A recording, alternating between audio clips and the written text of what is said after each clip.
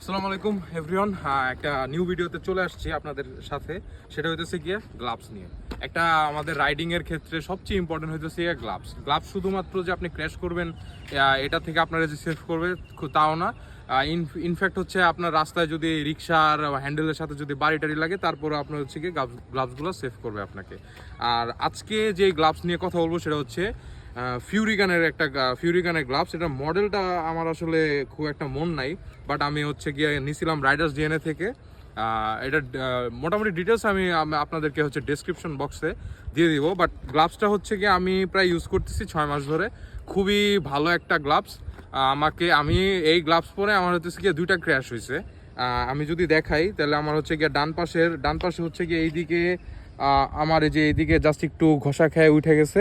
দেন left সাইডে আমার হালকা একটু ঘষা আছে। বাট দ্য থিং হচ্ছে এই গ্লাভসটা এতই চমৎকার যে অ্যাক্সিডেন্টের পিরিয়ডে বা আমি যখন ক্র্যাশ করি ওই সময়টাতে আমাকে খুব ভালো মতো সেফটি দিছে। অলসো মানে ইটস কমফোর্টেবল ভেরি মাচ। আর প্রাইজিং নিয়ে যদি আসি, প্রাইজিং হচ্ছে এটার হচ্ছে 2,500 টাকা।